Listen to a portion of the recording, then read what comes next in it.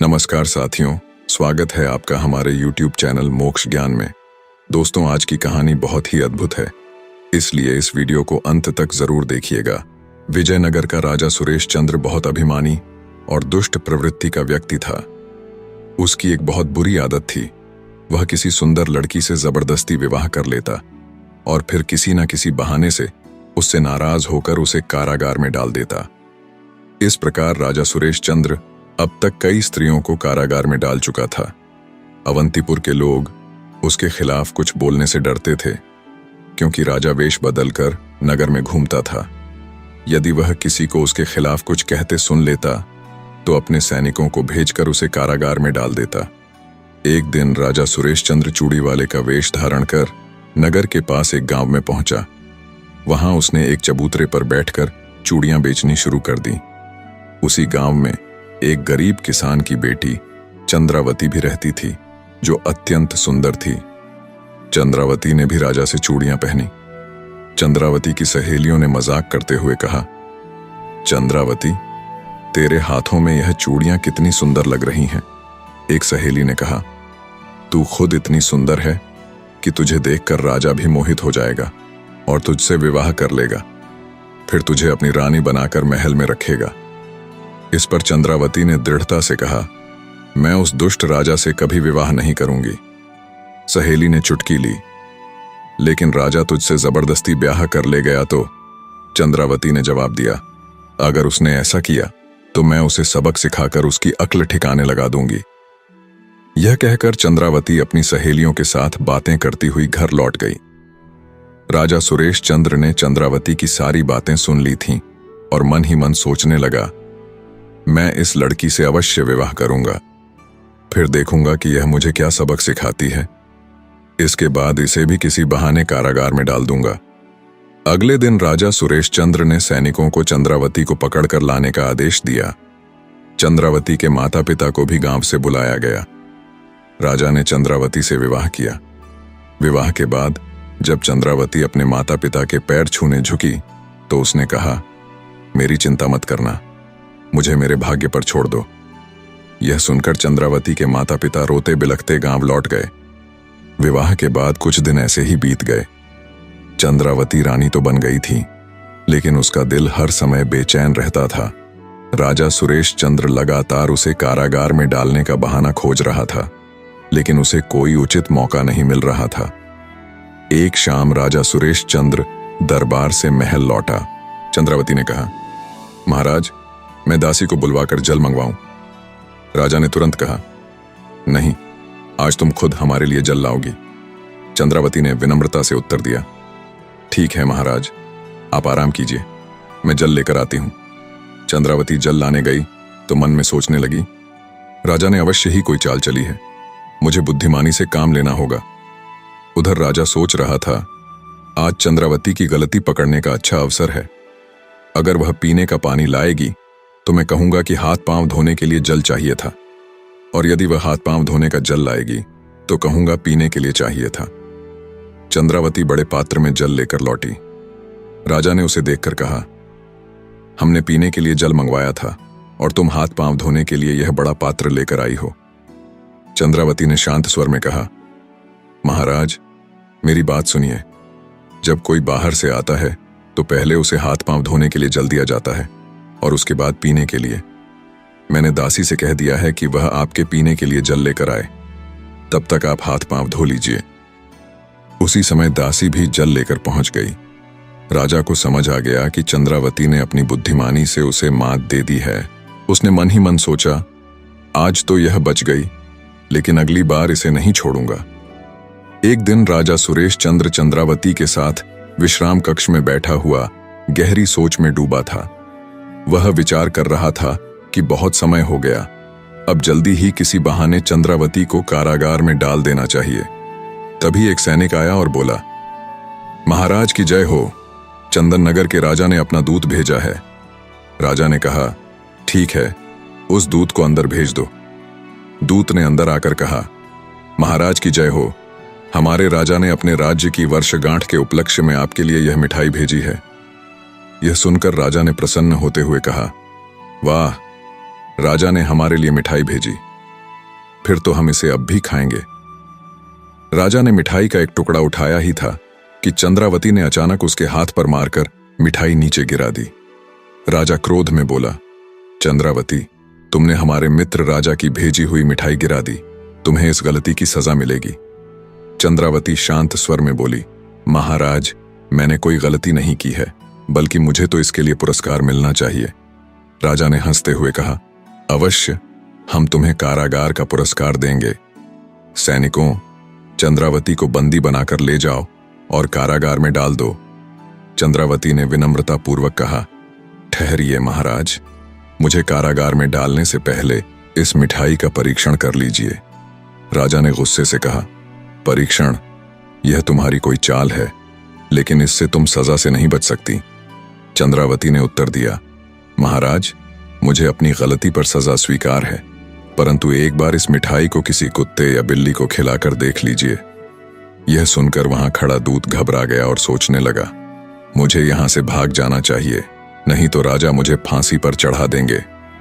राजा ने आदेश दिया, सैनिक, पहले इस दूत को बंदी बना लो, फिर किसी कुत्ते या बिल्ली को मिठाई खिलाओ। सैनिकों ने दूत को बंदी बना लिया। तभी दूसरा सैनिक एक बिल्ली को पकड़ लाया। बिल्ली को मिठाई के पास छोड़ दिया गया, लेकिन मिठाई खाते ही बिल्ली मर गई। यह देख राजा चौंक कर बोला, अरे, इसमें तो जहर था। चंद्रावती ने कहा, हाँ महाराज, मिठाई में जहर मिला था। मैंने दूत के चेहरे के हाव भाव से ही यह समझ लिया था। वैसे भी किसी बाहर से लाई गई वस्तु को बिना परीक्षण के खाना खतरनाक हो सकता है। राजा सोचने लगा, ओह, चंद्रावती ने मुझे मरने से बचा लिया, लेकिन खुद भी सजा से बच गई। खैर, अगली बार इसे कारागार में डाल ही दूंगा। राजा ने कहा, चंद्रावती, तुमने अच्छा काम किया है, हम तुमसे यही आशा करते हैं। कुछ दिन ऐसे ही बीत गए। राजा को चंद्रावती को सजा देने का कोई बहाना नहीं मिला। एक दिन राजा ने कहा, चंद्रावती, आज हम शिकार पर जा रहे हैं, शाम तक लौट आएंगे। चंद्रावती बोली, ठीक है महाराज, मैं आपकी प्रतीक्षा करूंगी। राजा कुछ सैनिकों के साथ शिकार पर निकल गया, लेकिन यह शिकार केवल एक बहाना था। असल में वह चंद्रावती को फंसाने के लिए नई चाल चल रहा था। जंगल में पहुंचकर राजा ने सैनिकों से कहा, आज मौसम बहुत अच्छा है, हम कोई शिकार नहीं करेंगे, तुम महल जाओ और रानी चंद्रावती को यहां लेकर आओ, आज हम सैर करेंगे। सैनिक ने कहा, जो आज्ञा महाराज। सैनिक महल पहुंचा और चंद्रावती से बोला, रानी साहिबा, महाराज ने संदेश भेजा है कि आज का मौसम बहुत सुहावना है, वह चाहते हैं कि आप जंगल में उनके साथ सैर करें। चंद्रावती सोचने लगी, यह राजा की कोई नई चाल लगती है। कुछ सोचकर उसने कहा, सैनिक, तुम महाराज से जाकर कह दो कि मैंने जंगल में आने से मना कर दिया है। सैनिक ने कहा, लेकिन रानी साहिबा, महाराज को यह सुनकर क्रोध आएगा। चंद्रावती ने दृढ़ता से कहा, तुम वही करो जो मैंने कहा है, और यह मत भूलो कि मैं वैभव नगरी की रानी हूं। सैनिक वापस जंगल लौट गया और राजा से कहा, महाराज, रानी ने जंगल में आने से इनकार कर दिया है। यह सुनकर राजा गुस्से में बोला, उसने हमारे आदेश को मानने से इनकार कर दिया, हम उसे इस अपराध की सजा अवश्य देंगे। अभी महल के लिए प्रस्थान करो। महल में पहुंचते ही राजा सीधा चंद्रावती के कक्ष में गया और गुस्से में बोला, चंद्रावती, हमने तुम्हें जंगल में बुलाया था, लेकिन तुमने वहां आने से इनकार कर हमारे आदेश का उल्लंघन किया। आज तुम्हें इस अपराध की सजा अवश्य मिलेगी। रानी शांत स्वर में बोली, महाराज, मैंने कोई अपराध नहीं किया और ना ही आपके आदेश का उल्लंघन किया है, बल्कि मैंने उस सैनिक के साथ जाने से इनकार करके आपको एक बड़ी मुसीबत से बचाया है। आपने उस सैनिक के साथ कोई लिखित संदेश या निशानी नहीं भेजी थी। ऐसे में मैं कैसे मान लेती कि वह सैनिक वास्तव में आपका दूत था? वह चंदन नगर के शत्रु राजा का गुप्तचर भी हो सकता था। यदि वह मुझे धोखे से अपने साथ ले जाता तो आपका अपमान कितना बड़ा होता। राजा यह सुनकर कुछ देर सोचता रहा। उसे महसूस हुआ कि चंद्रावती सही कह रही है। वह सोचने लगा, फिर से बच गई, उसने सोचा, लेकिन वह भीतर ही भीतर गुस्से में भर गया।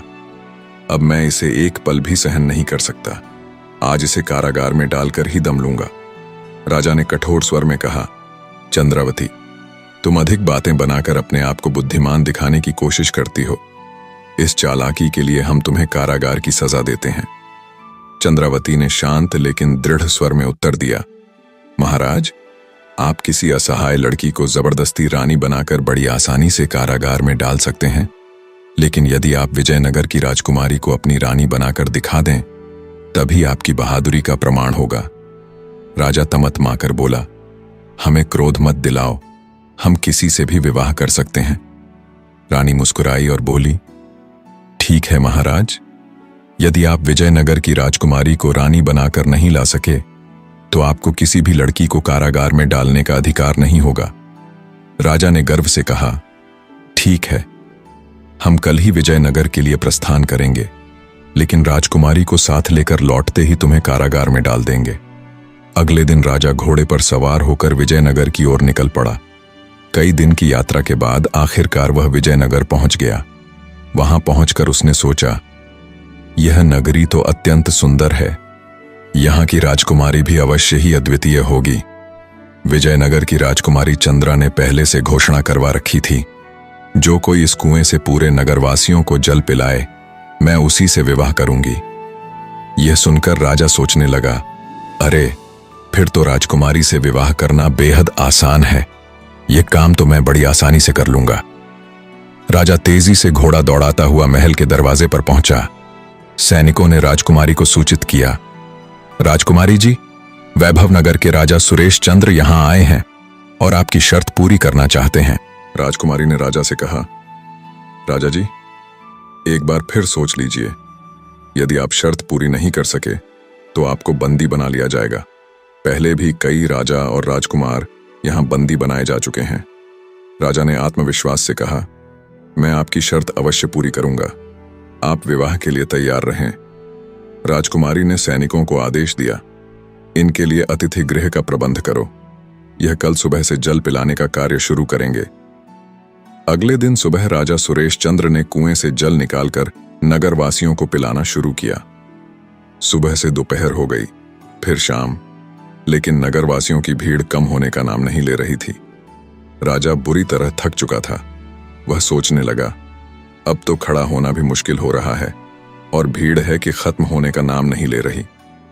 थकान से चूर राजा जब कुएं से पानी निकालने के लिए उठा तो उसके कदम लड़खड़ा गए और वह कुएं की मुंडेर पर गिर पड़ा।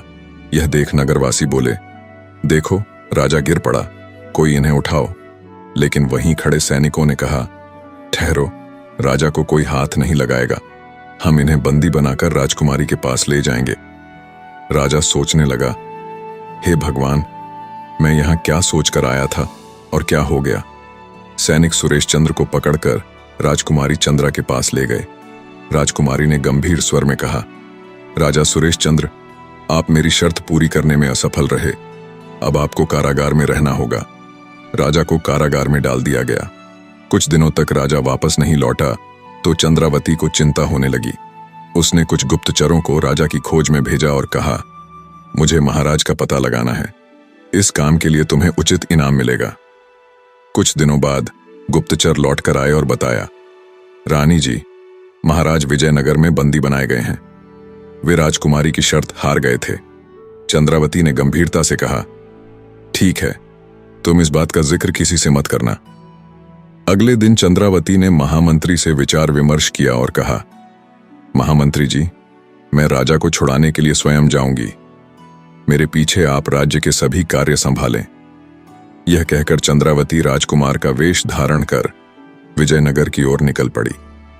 कई दिनों की लंबी यात्रा के बाद चंद्रावती विजयनगर पहुंच गई।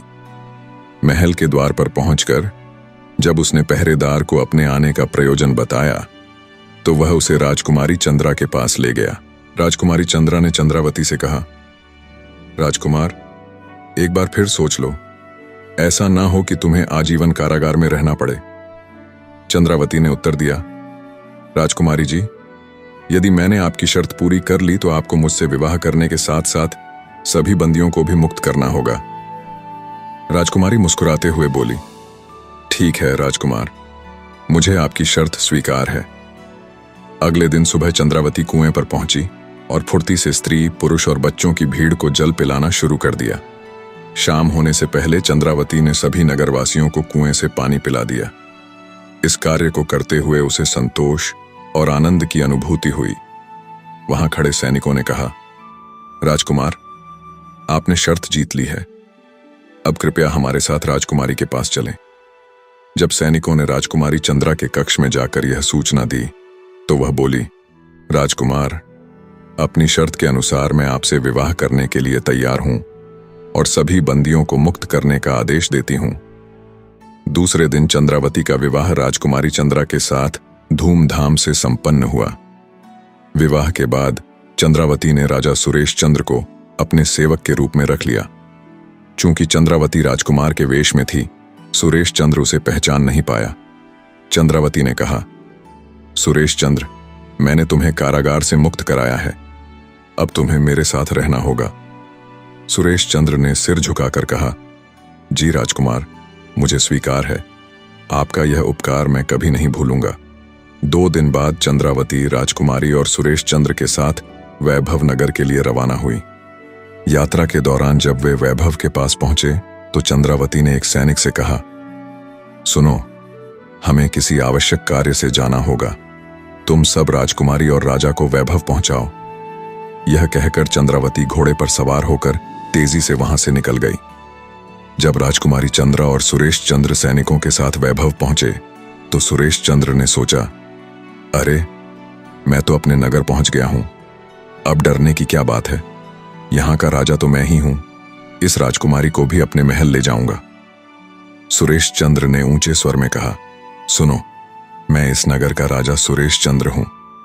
तुम सबको मेरा आदेश मानना होगा। यदि नहीं माना तो मैं तुम्हें अपने सैनिकों से कैद कराकर कारागार में डलवा दूंगा। इसके बाद सुरेश चंद्र सबको अपने महल ले गया। महल में पहुंचते ही सुरेश चंद्र ने चंद्रावती को अपने कक्ष में बुलाया। चंद्रावती ने पूछा, आप आ गए महाराज? कई दिनों से मैं आपकी प्रतीक्षा कर रही थी। सुरेश चंद्र ने गर्व से कहा, हम विजयनगर की राजकुमारी चंद्रा को अपनी रानी बनाकर लाए हैं। अब तुम्हें शर्त के अनुसार कारागार में रहना होगा। चंद्रावती चंद्रा के पास जाकर बोली, राजकुमारी चंद्रा तो सचमुच बहुत सुंदर है, लेकिन क्या सच में महाराज ने आपको शर्त जीत कर रानी बनाया है? सुरेश चंद्र ने उत्तर दिया, राजकुमारी चंद्रा तुम्हारे सामने बैठी है, फिर तुम ऐसा प्रश्न क्यों कर रही हो? चंद्रावती ने गंभीर स्वर में कहा, महाराज, आप झूठ बोल रहे हैं। यह तो मुझे पता है, क्योंकि राजकुमारी चंद्रा और मैं सहेलियां हैं।